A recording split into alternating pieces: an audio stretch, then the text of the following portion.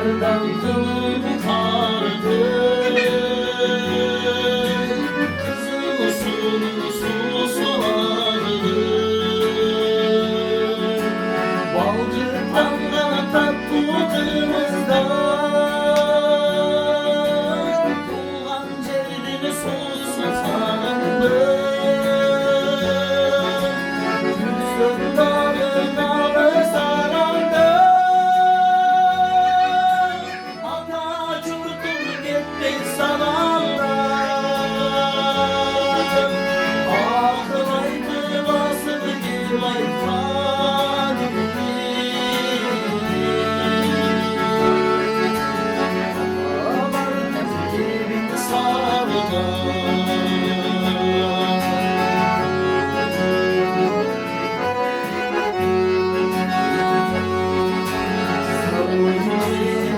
Oy tozulan Türk'ün şanşın büyük sayılan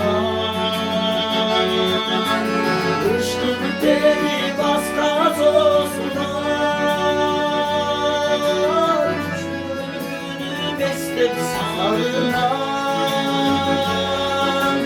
Çırmanayla çırpınak bile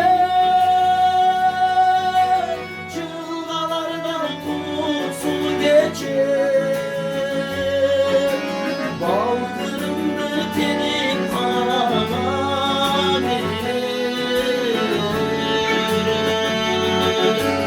Balalım istir sanarına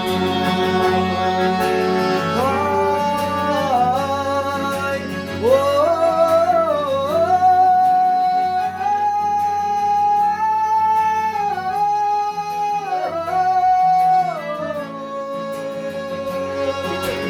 Baldırımdı tenin kanı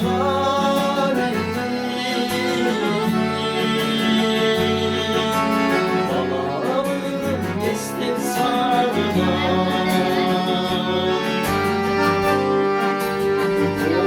Göreceğim o caşıdı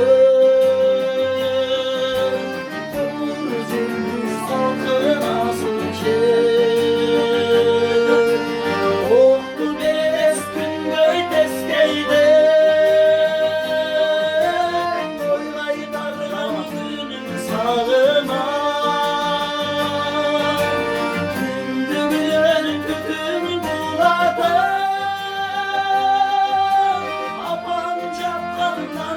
Sağına